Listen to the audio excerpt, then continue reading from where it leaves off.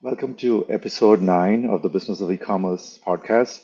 Today we're going to talk about Google Ads and the costly mistakes that most people make. So I kind of want to kick off with a story like what happened to me. So I launched Ordoro about 15 years ago. In the beginning, we were just like really trying to bootstrap, so we didn't have much budget for Google Ads. But somewhere in around 2021, 2022, we decided to really get into Google Ads. I hired an agency. We blew a lot of money on it. And 6 months later, I realized that it was all just being like literally like cash being set on fire. And I think Dale, I think this is a common problem that a lot of businesses, whether they're launching a SaaS platform like us, or if you're launching your own e-commerce store that you run into, right? Everyone preaches that Google Ads is a very effective way to drive a lot of traffic to your site, but I don't think most people understand. And if you do it incorrectly, it can be a huge waste of resources. So why don't you talk about like some of the common pitfalls that you have seen when people are running Google ad campaigns? Right. So, and I think one of the reasons that, you know, people find that their Google ad campaigns aren't very effective and that they're burning a lot of cash is that a lot of the agencies that are running these, for you, um, tend to do kind of a very similar, have a very similar set of tactics. One is Mhm. there's a strong tendency to do as little work as possible. So they're outsourcing as much of the thinking to Google as possible, which is just never good because Google does not have your interest in mind. They have their Yeah, interest in mind. So things like letting Google decide on your audience, on your bidding, on your, a you know, match is a broad match. Yeah. I mean, it's what keywords are going to be shown. These sort of things is very dangerous Mhm. because if there's ever a conflict between your interest as a business and Google's interest, you will lose. Mhm. Um, the second thing is that a lot of these agencies are executing essentially nearly identical tactics. Um, they will typically, ask you for a short list of keywords. Right. They will then plug those into one of 4 or 5 tools, along with your website URL, maybe a couple of competitors' websites. From that, they'll generate a set of keywords. So, and what's happening is every single one of your competitors is going to an agency doing exactly the same thing. So everyone ends up with the same keywords, the same ad copy, the same sort of targeting. And as a result, what happens is that everyone is bidding against everyone else for exactly the same keywords and exactly the same targeting. And, Mhm. which tends to both drive your price through the roof and really reduce the effectiveness. Mhm. And so, and then the other thing is that there's a lot of just not understanding the gotchas within the Google ad environment. Um, and so a big one is the ad fraud bots. Mhm. And so people think of these as being really prevalent on like the AdSense sites, the third party sites where Google is placing your ads. And this is referred to as the expanded network. Um, Mhm. and Google will heavily push you to, click on the expanded network. And what I found is that the expanded network, these AdSense sites can be extremely effective, but the ad fraud bots are absolutely overwhelming.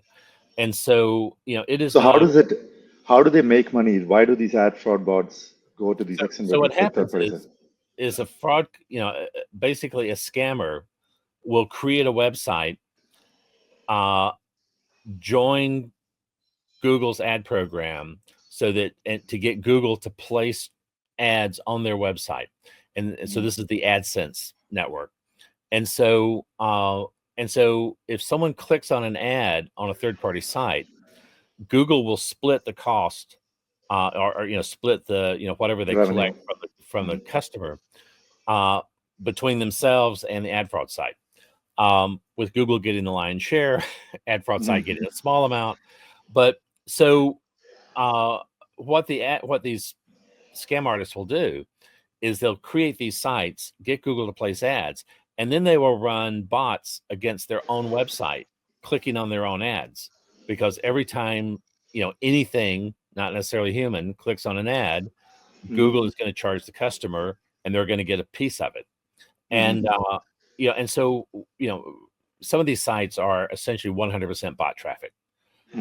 So Google claims that they have tools in place to detect, right? Like bot clicks and all of that. But looks like in reality, that's not. Oh, I guess they don't have an incentive because every click they are making money, right? right. And I have no doubt that they don't have, that they have tools to detect bots, Mm-hmm. but it's not in their interest to do anything about it. So it's one thing to detect it, it's another thing to stop it. And they seem to be doing utterly nothing to try to slow it down. And uh,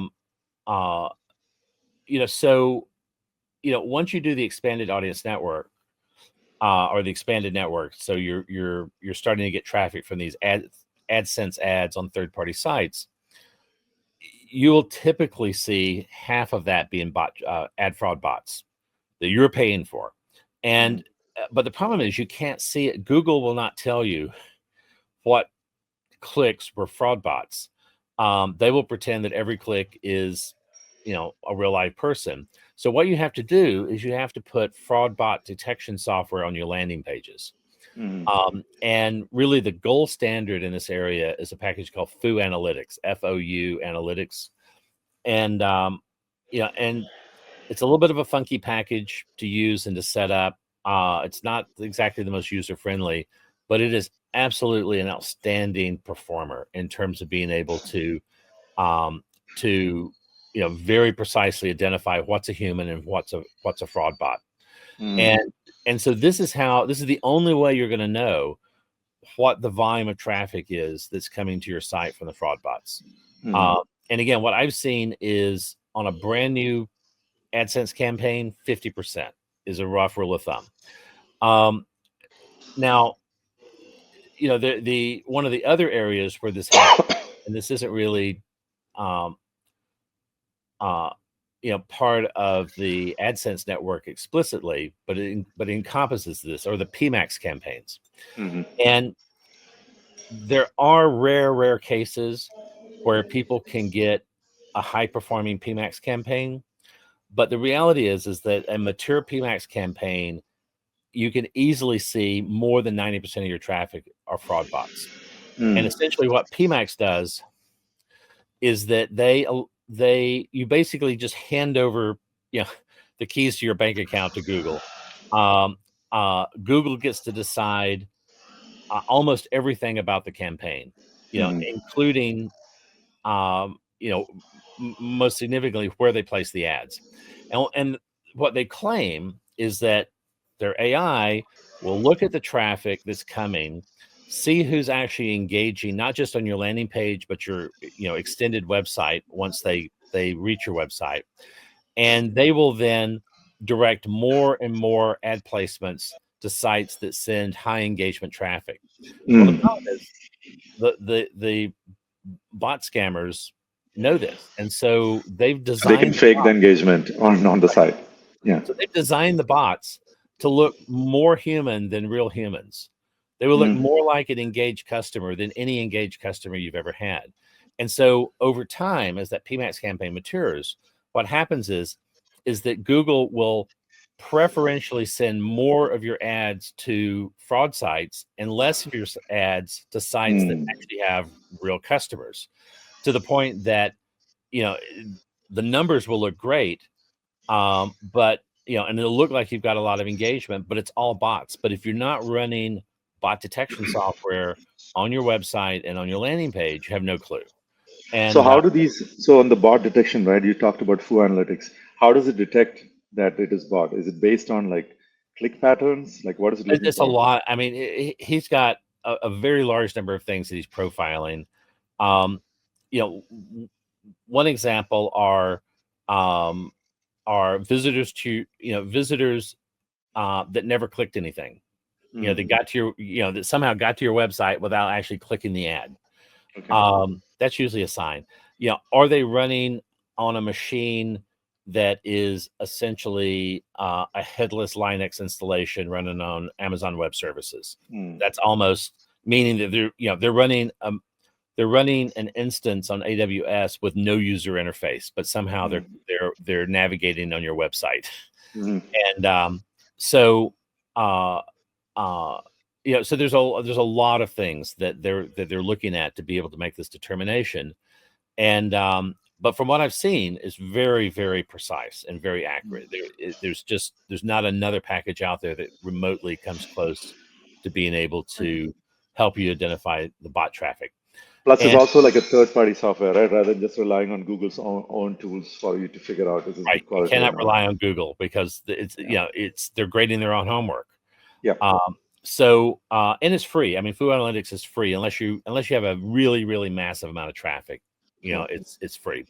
Yeah. So, but the other thing is that even if you're running your ads just on the Google search pages themselves, so no AdSense, no expanded Mm. network, none of this, you will still see about 10% of your traffic is going to be fraud bots, even though there's no way for them to monetize it. Because Mm. part of what the bots are doing is they're trying to train Google Mm. to believe that they're not bots. Oh, so Uh, they're actually clicking on the search results, not just AdSense. And right. then Google looks at the source traffic and say, okay, they clicked on search results, so So it's it must probably be a legit. human because Yeah. because bots wouldn't do this. Yeah. And so again, what these bots are trying to do is to behave more like a high intent or a high engagement prospect than any high engagement human would act. Hmm. Um, so and the deal is there are ways to dramatically reduce your bot traffic. So I'm regularly running campaigns using the AdSense network. And I can typically run those at about 15%, 12 to 15% bot traffic. Hmm. Um, uh, Even though they started at around 50% bot traffic. Hmm. And because what happens is the bots have certain preferences. There are keywords that they preferentially like to hit, and there is certain ad copy that they like to hit.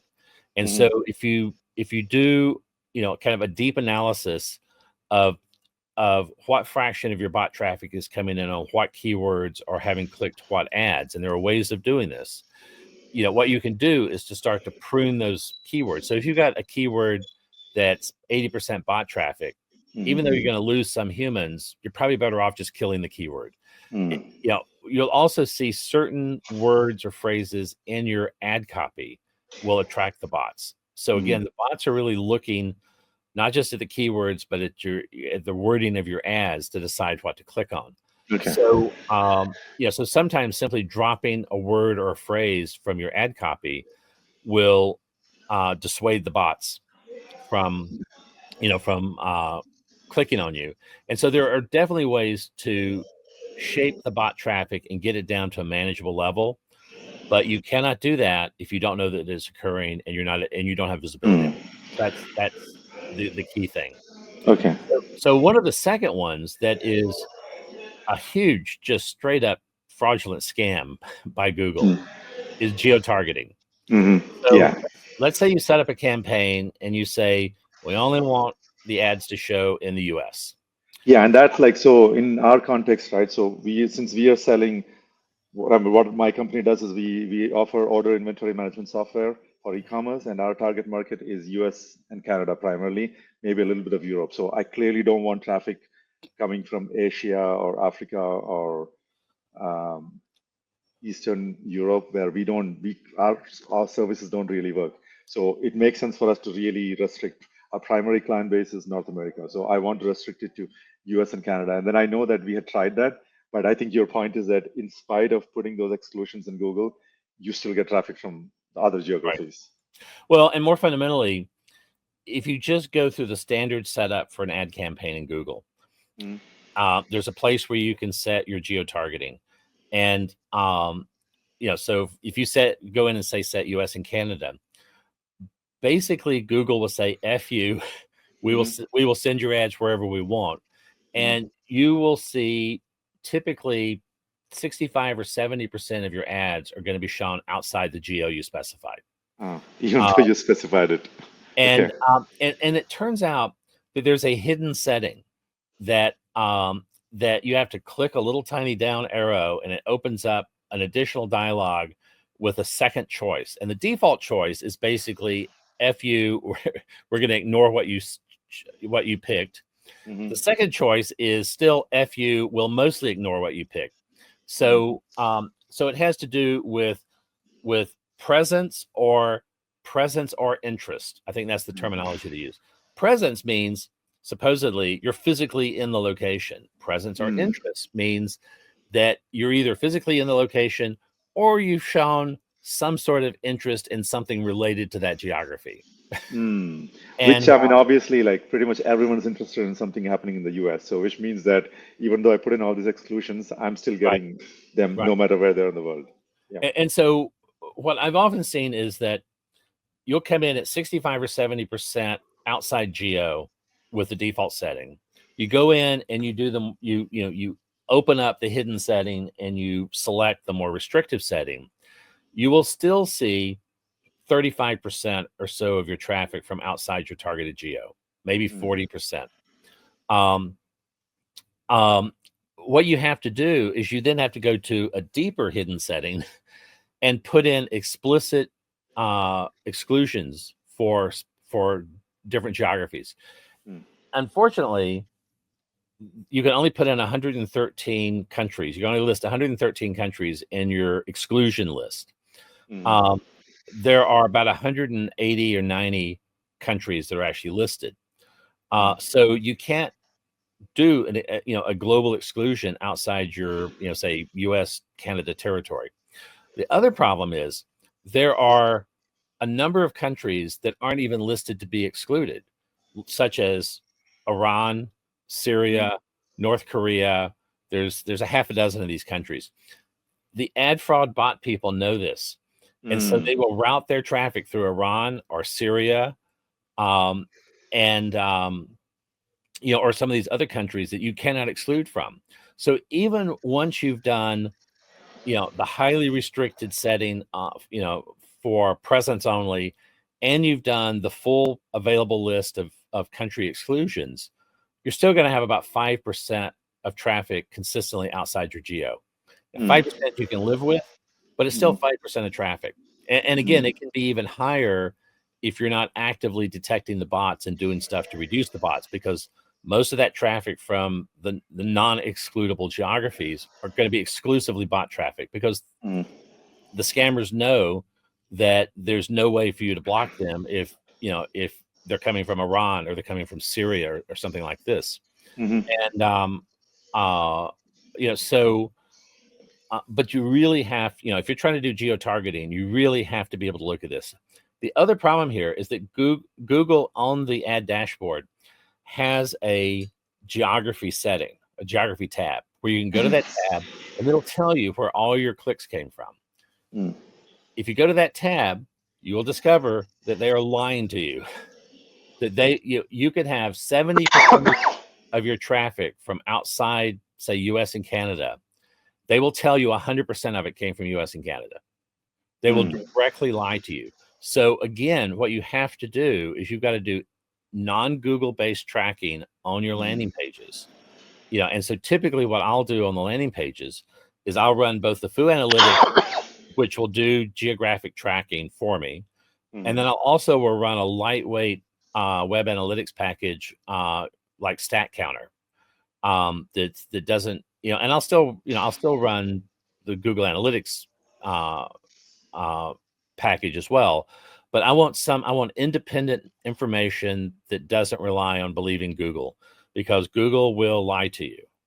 And what you see, and what I see is when I'm running, say, Stat Counter and Foo Analytics side by side on a landing page, those two will completely correspond in terms of geographies. They will completely not match anything Google tells me. So you really have to be skeptical, and you have to put additional tools in place to be able to see this. But what this means is that, if you are really only selling into a particular geography, you could be instantly blowing 50, 75% of your budget. Exactly. Yeah. On people who are never going to buy from you, because it's in Google's interest to max your caps out as quickly as possible with whatever traffic they're able to throw at you. And if that means ignoring your geography, they'll ignore your geography. Yeah. So This is, yeah. This is awesome. I think we pretty much covered only half of what we wanted to. And I know you have lots more topics, and then we have run out of time. So let's definitely do another episode of this, but to continue the rest of this conversation. But to kind of round it up, right? If you're just going back to my story, I don't think, at least the agency that I was working with, we never even got into any of these discussions. Like the stuff that we were running into were even more basic. Like we were just driving ad traffic to the homepage instead of like landing pages, and the keywords were not, keywords were done, keyword research was done exactly based on how, what you said in the earlier part, right? I guess they were just looking at a few common keywords, and then I can understand pretty much they're using the same set of keywords that every other agency would have recommended to all our competitors. So it was just like we were all just like bidding up. So let's do this. Let's finish this conversation today. We will continue this maybe the week or the next week about all the other topics around what are all the common mistakes. And before we go, just a plug for Ordoro. We are an order and inventory management software for e-commerce brands that are selling direct to consumer. We have a lot of merchants or brands who sell through Shopify, BigCommerce, Amazon, WooCommerce, Walmart, all these marketplaces. So if you're interested, if you're one of those brands, definitely take a look at us at ordoro.com. So we'll conclude this episode today, and then we will resume this conversation in maybe in a week or so. And just watch out on link. I'll post on LinkedIn, so just follow me on LinkedIn for when the next episode is going to go live. Thank you. Thanks.